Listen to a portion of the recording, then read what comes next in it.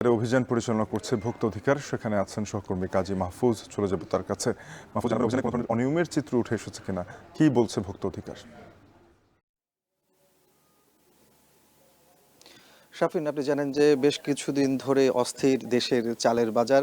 এখন কিন্তু আমন ধানের মৌসুম, বাজারে কিন্তু আমন ধানের যে চাল সেটি কিন্তু আসতে শুরু করেছে। এরপরও আসলে আমরা দেখতে পাচ্ছি যে কাটারি থেকে শুরু করে জিরাশাইল বিভিন্ন চালের দাম এক মাসের ব্যবধানে বস্তাপ্রতি ৫০০ থেকে ৬০০ টাকা পর্যন্ত বেড়েছে।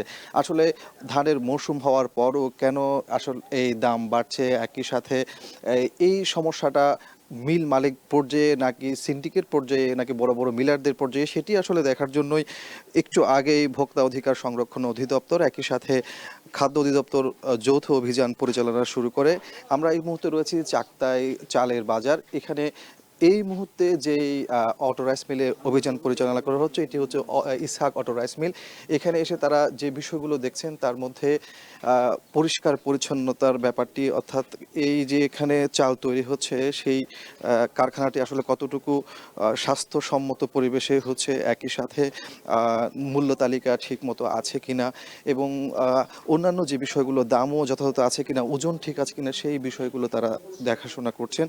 এবং এই অটো রাইস মিলে এসে তারা বেশ কিছু অসঙ্গতিও পেয়েছেন, বিশেষ করে অপরিষ্কার অপরিচ্ছন্ন পরিবেশে এই চালগুলো প্যাকেটিং হচ্ছে। একই সাথে তারা ওজনের ব্যাপারটিও দেখছেন এবং লেবেলের যে বিষয় সেটি কিন্তু এখানে তারা অসঙ্গতি পেয়েছেন, অর্থাৎ বাজার থেকে বস্তা কিনে এনে যেখানে কোনো তালিকা নেই, যেখানে মূল্য তালিকা নেই, একই সাথে এই বস্তাগুলোতে কোনো ঠিকানা নেই, ঠিকানা ছাড়া অন্য ব্র্যান্ডের নাম ব্যবহার করেই তারা চালগুলো প্রক্রিয়াজাত করছে, বিপণন করছে, বাজারে ছাড়ছে।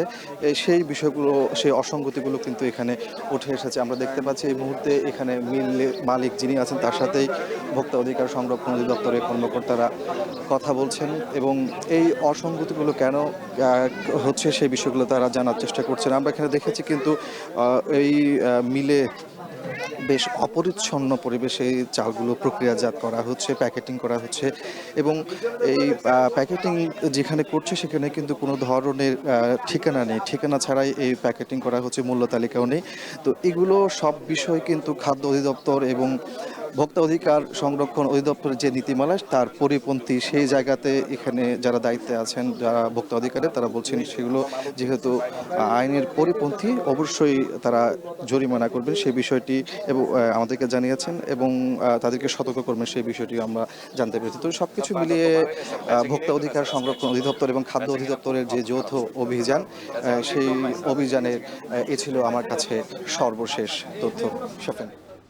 চট্টগ্রাম থেকে কাজী মাহফুজ জানাচ্ছিলেন ভোক্তা অধিকার সংরক্ষণ অধিদপ্তরের অভিযান নিয়ে। বড়দিন ঘিরে দেশের বৃহত্তম খ্রিস্টান পল্লী মেহেরপুরের মুজিবনগর